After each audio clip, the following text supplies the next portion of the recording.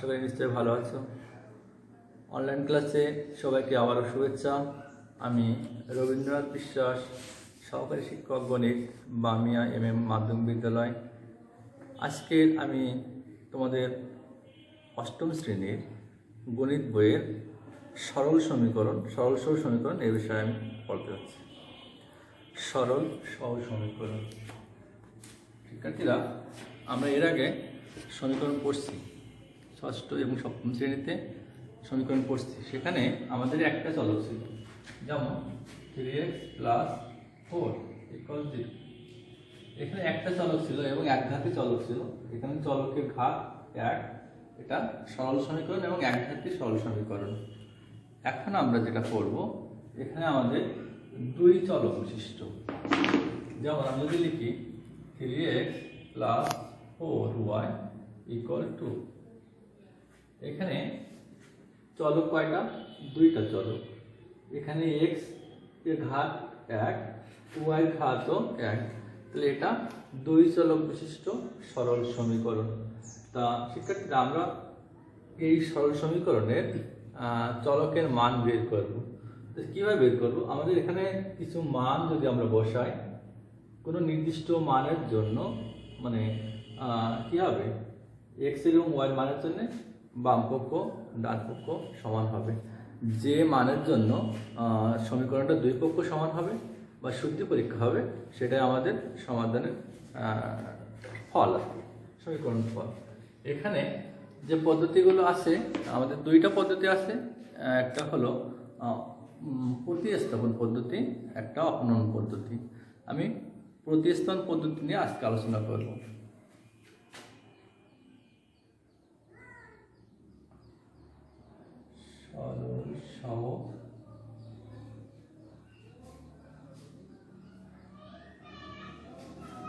সরল সহগ সমীকরণের প্রতিস্থাপন পদ্ধতি নিয়ে আলোচনা করব। এখানে যখন দুইটা চলক দেওয়া থাকে, তখন অবশ্যই দুইটা সমীকরণ দেওয়া থাকতে হবে। যেমন এখানে দুইটা সমীকরণ আছে, আমি লিখি 3x - 2y = 0। এটাকে আমরা 1 নম্বর সমীকরণ বলতে পারি। আর একে আমরা বলতে পারবো -7y = 30। শিক্ষার্থীরা,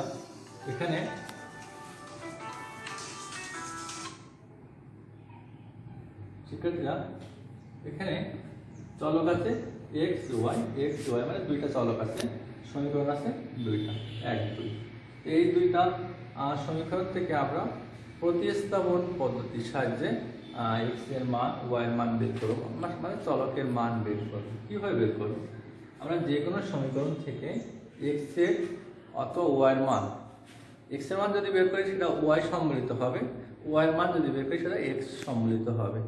সেটা যা হবে সেটা অন্য একটা সমীকরণে বসাবো। আমরা যদি এখান থেকে x অথবা y মান বের করি, সেটা x সম্মিলিত হতে পারে, y সম্মিলিত হতে পারে।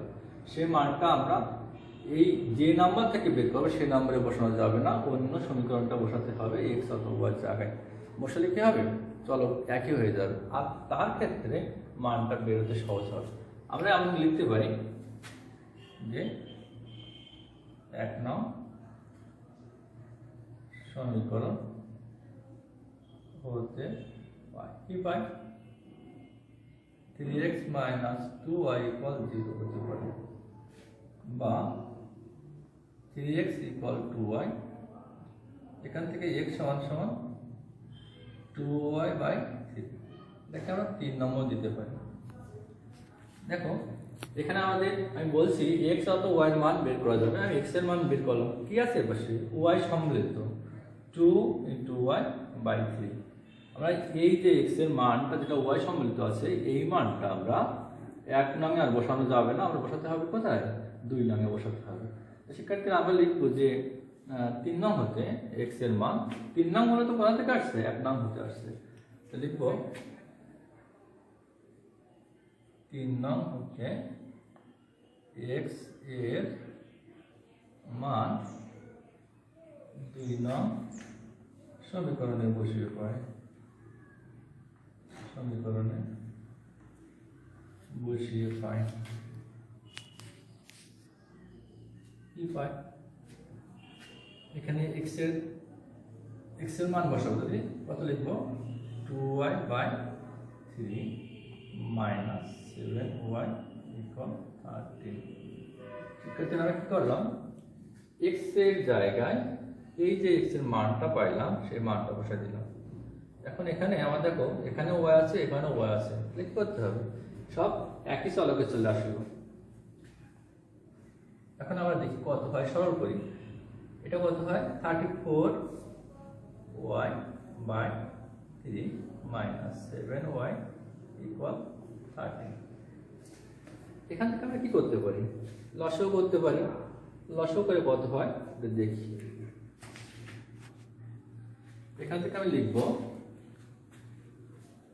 3, তাহলে 34y মাইনাস লসাগু যাবে নিয়ম আছে সেটা কি করতে হয়, এর নিচে অবশ্যই 1 ধরতে হয়।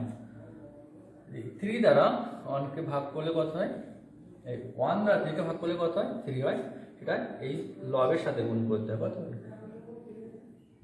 21y equal 30। এখান থেকে আমি কি লিখব, এটা মাইনাস করলে কত হয় y থেকে যায়, আর এখান থেকে 3 হয়, এখান থেকে 1 হয় বাই 3 ইকুয়াল এরকম লেখা যায়।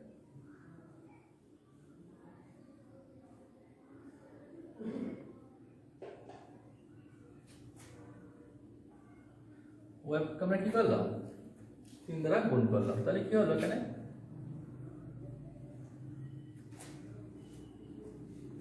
39। এখান থেকে আমরা কি করব y সমান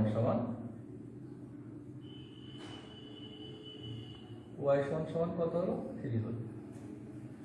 শিক্ষার্থীরা x এর মান হয়নি এখনো, y এর মান হয়ে গেল। এই y মানটা আমরা যদি 3 নম্বরে বসে দিই তাহলে আমাদের x এর মান হয়ে যাবে, সাথে সাথে আমাদের দুইটা চলক ছিল তার মান হয়ে যাবে। আমরা এখন কি করব, আমরা এখন বলবো যে y এর মানটা 3 নঙে বসিয়ে পাই।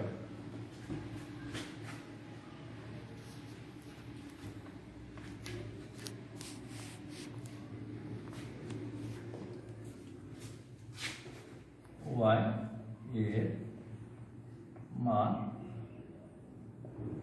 3 নং সমীকরণে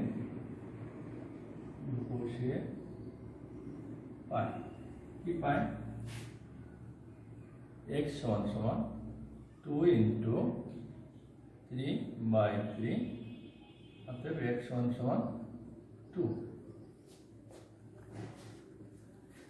আমাদের x এর মান হলো y এর মান হলো, x এর মান কত হলো 2, y এর মান হলো একটু লিখে রাখি এখানে y সমান সমান 3 হলো।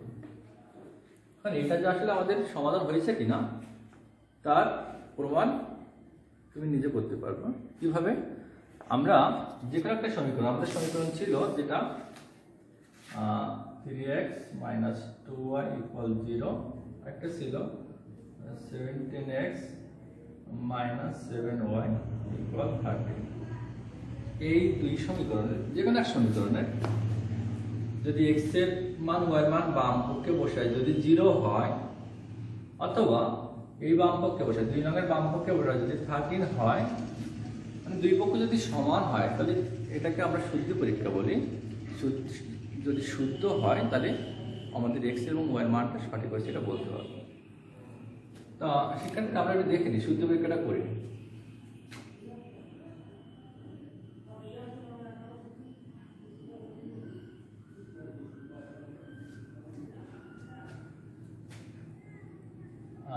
এক নঙের বাম কত আছে বলো, 3 into 2 minus 2 into 3, 6 minus 6 equal 0। তাহলে কি হলো, বাম পক্ষ এবং ডান পক্ষ সমান হলো। আবার আমরা যদি এমন করি 2 নং এর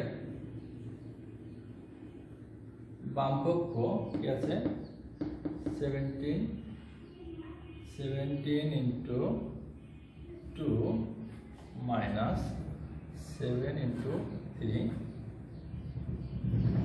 34 মাইনাস 21 এখান থেকে আমাদের শিক্ষার্থীরা আমরা কি করলাম এখানে বাম পক্ষ ডান পক্ষ সমান হলো ওই মানের জন্য যেসব মান আমরা পাইলাম, তাহলে আমাদের লিখতে হবে নির্ণয় সমাধান। নির্ণয় সমাধান x, y, এটা আমাদের ক্রম জোড় আকারে লিখতে হবে। x এর মান, y এর মান 2,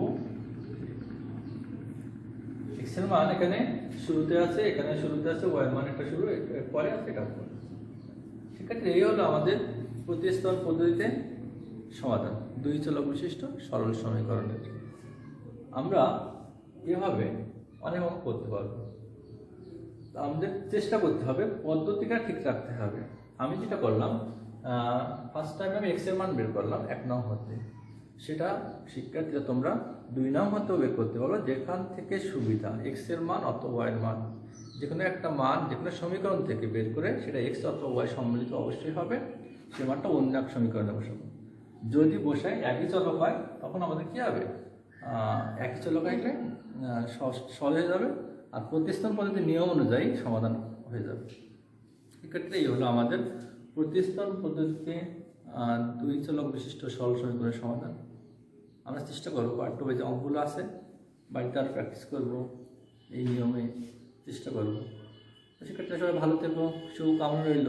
ধন্যবাদ সবাইকে।